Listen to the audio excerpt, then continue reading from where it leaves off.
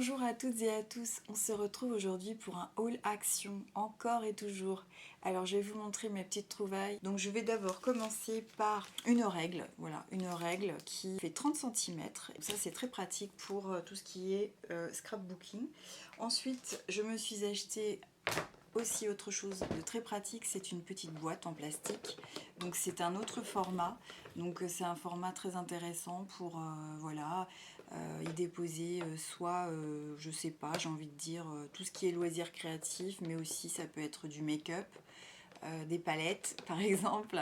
Donc voilà, donc ça c'est vraiment une petite boîte très pratique qui a son couvercle que vous refermez comme ceci, vous voyez, c'est vraiment tip top.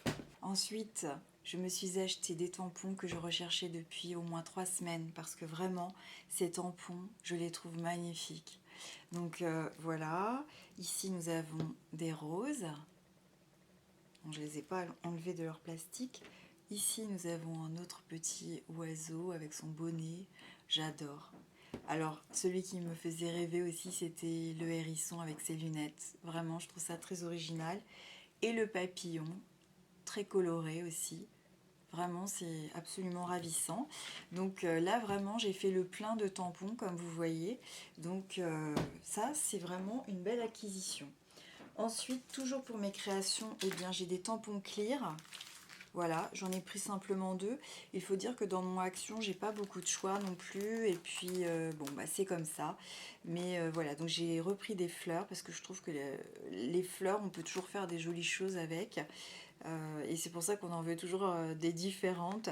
Et il y a aussi le thème de la plage, donc les tongs, les coquillages, les lunettes de soleil, les boissons, etc.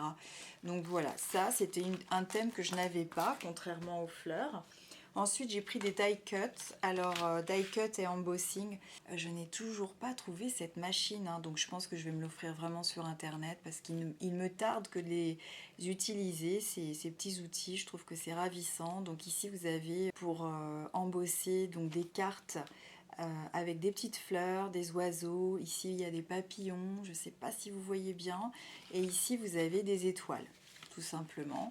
Donc, ça, c'est pour les die cuts que j'ai aussi acheté sous ce format.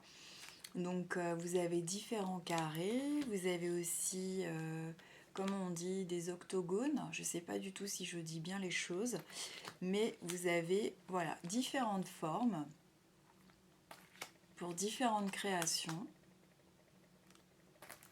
Et vous avez aussi celui-ci qui est très joli puisque ça fait un petit peu photomaton, ou alors si c'est pas photomaton, ça fait polaroid ici.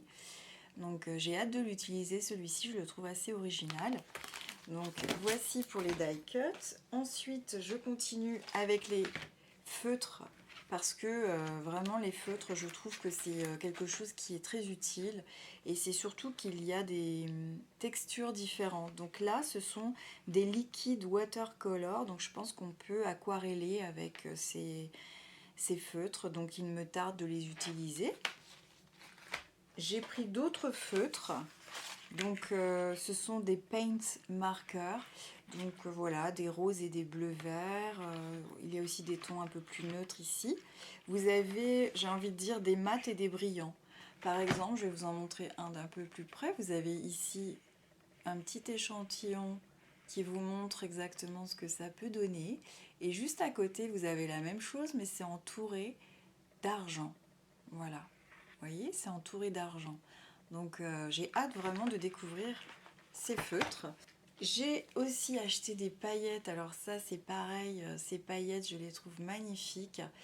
Je voudrais beaucoup m'offrir aussi un autre outil qui est le Heat Band. J'espère que je le prononce bien, le Heat Band.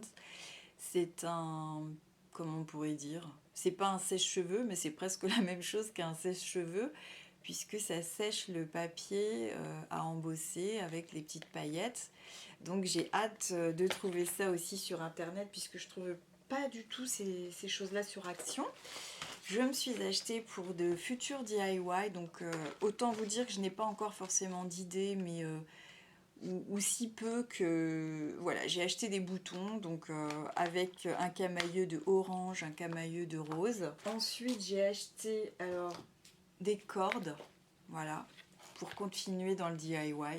Je trouve qu'elles sont magnifiques ces cordes. Donc voilà, j'ai pris 2 rouleaux identiques et ces rouleaux font quand même 10 mètres, hein, c'est pas rien. Je trouve ça assez étonnant, mais 10 mètres. Donc voici pour ces rouleaux.